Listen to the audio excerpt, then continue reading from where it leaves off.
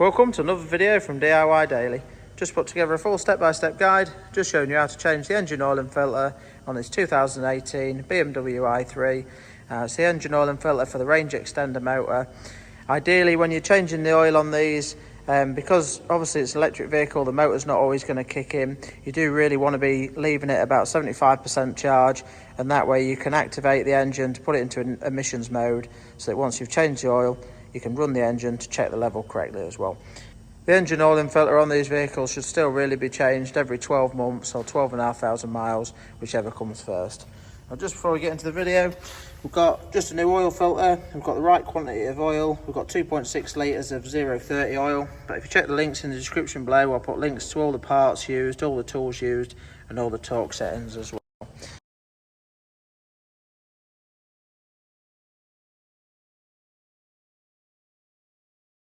Now obviously you can see we're using 2-poster ramp.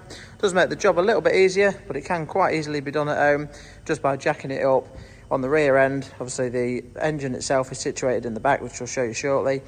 So if you just jack the back up fairly high, that should give you a bit of access that you need to get everything off. We are on this vehicle as well going to be replacing the strut top rubbers, which is quite a common issue on these. So if you want to check the description, I'll put a link to the video on that as well. But yeah, just before we get started, if you haven't already subscribed to the channel, just click on the red subscribe button below to make sure you don't miss out on any future content.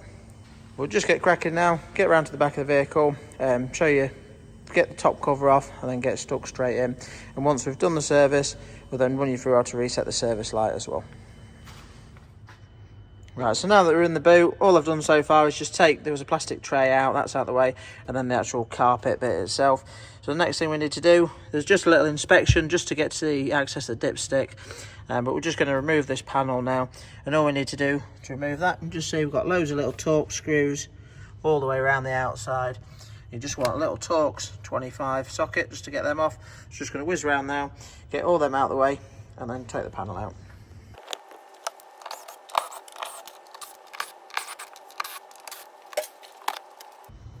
So now the panel's out of the way, you can see we've got the electric motor obviously on this side there. You can see all the orange wires are obviously all the main electric wires there, and then we've got the range extender motor on this side. And we've simply got a dipstick there. I'm just going to pull the dipstick, just pull it back just so it allows the engine oil to run out a bit nicer. And I've just got a little cap there. You can see it's a tiny little cap with it being a motorbike engine. We just need to undo the cap there as well, so we'll just leave that undone, and then we'll get it up in the air and start dropping the oil out.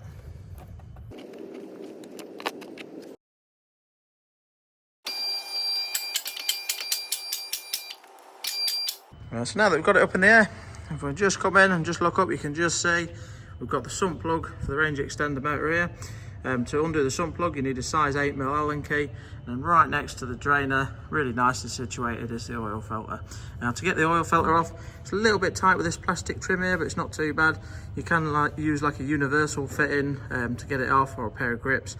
But if you want the proper tool to do the job, it's a 76mm 12-sided cap there, which makes it a bit nice and easier with that. You can get your ratchet in there, get a decent bit of purchase on it, and it just makes it a little bit easier.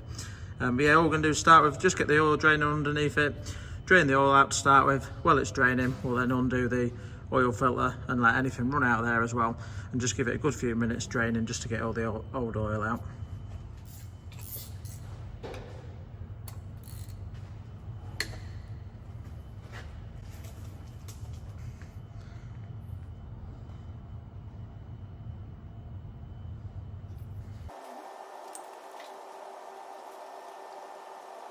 Just while that's draining out, now it is ideal if you can get one to get a proper sump plug washer. Just try to focus on that. Now the one that I'd got was actually the wrong one, so I'm having to reuse this washer tonight, but it does look in good order.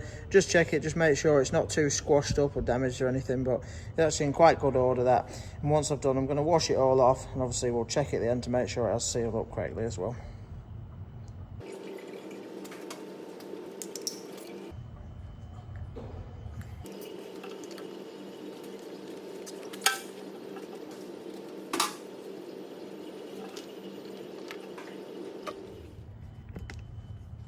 Right, so we've left that draining for a few minutes now. Most of the oil's out.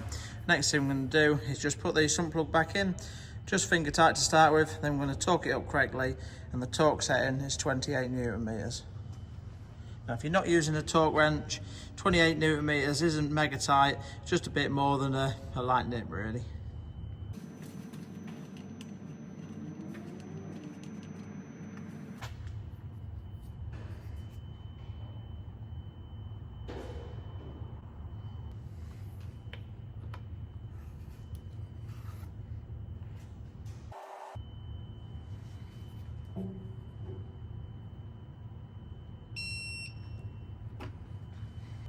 Right, so now the sump plug's torqued up correctly, next thing I'm going to do is put the oil filter on. Now, just before putting the oil filter on, just going to run a bit of just fresh engine oil just around the seal there, just to lubricate it. Then I'm just going to wind it on by hand, and the proper torque setting for the oil filter, generally with these a good nip by hand is plenty enough, but the actual official torque setting is 10 Newton meters.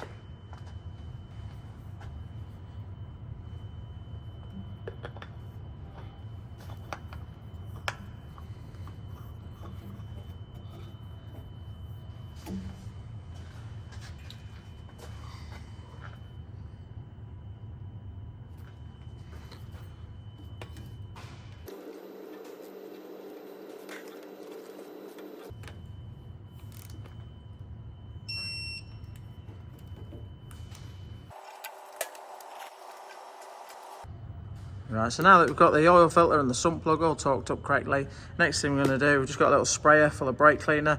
We're just going to give everything a good wash off. It's always good practice to do this. It's just this way, if you clean it all off, get it all nice and clean, when you come to running it all up and checking it, it's nice and easy to make sure that you haven't got no leaks. So just give that a quick swirl down and then lower the ramp back down.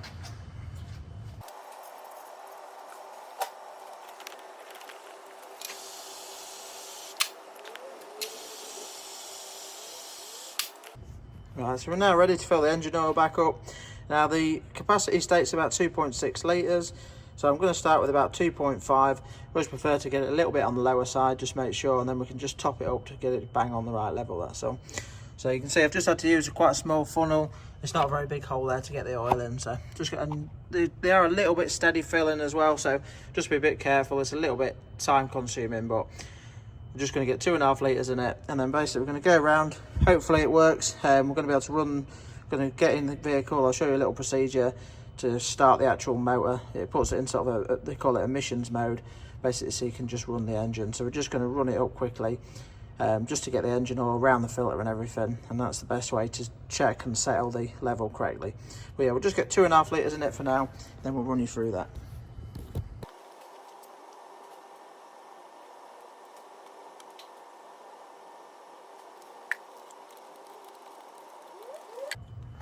Right, so that's all topped up now.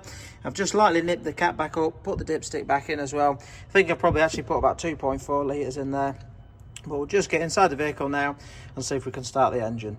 Now, I believe on these the engine will only start into the emissions mode if you've got more than 75% charge on it. But we'll get in the vehicle now, give it a try and see what happens. Right, so just got in the vehicle. Now this has actually got too much charge in it to put it into the emissions mode, which is a shame. It would have been really nice to just have this section for the video, that's all, just showing you how to run it. But I can run you through the procedure of how to run it. All I'm going to have to do now is set the level to the max on the dipstick. I'll have to give it a run to drop the battery charge so that I can put it into emissions mode to run the engine. And then once I've ran the engine, then you can let it settle and check the level correctly, that's all. We can just see, we've just got a little message on the dash saying that the battery charge is too high. Basically, if it's it must be if it's over 75%, it won't let you actually put it into the emissions mode, that's all. But to put it into the emissions mode, basically we need the ignition on stage 2 like this. And we just simply press and hold the brake pedal. Press and hold the accelerator pedal, then press the brake pedal 3 times, but on the 3rd time, keep the pedal depressed. So we'll just show you that quickly now.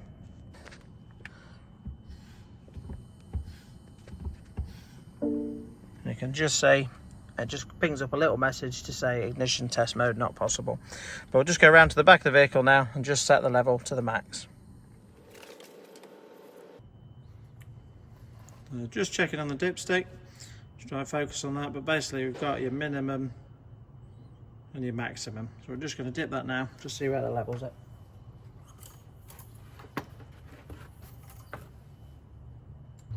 And say just at the minute, we'll just try to focus on that. Obviously I put about 2.4 litres in. but was still below the minimum there. So I'm just going to put that up to the full 2.6 now.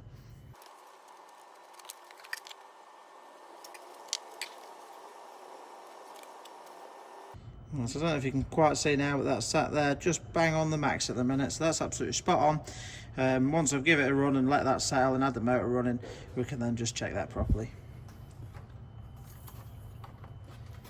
Now if you don't want to do and you want to run it first, you can obviously leave this off, but I'm pretty confident that the level is not going to drop too much at that, so I'm going to put all the cover back on and everything now, then we'll run you through the service light and how to reset that as well.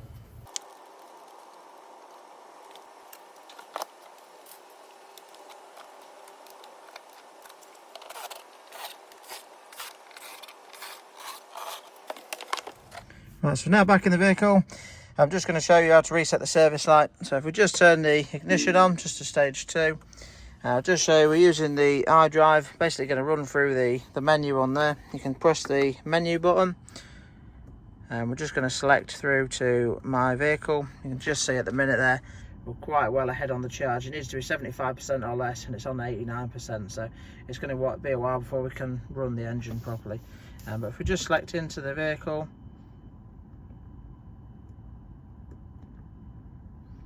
so we select into my vehicle, and you can scroll down, vehicle status, move it on.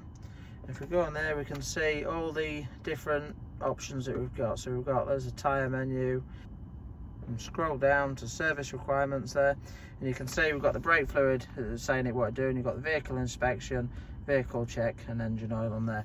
But the way to reset it, if your message is up on the dash there, basically with it on ignition stage 2, all we're going to do is on the side of the little dash panel there, simply press and hold the button.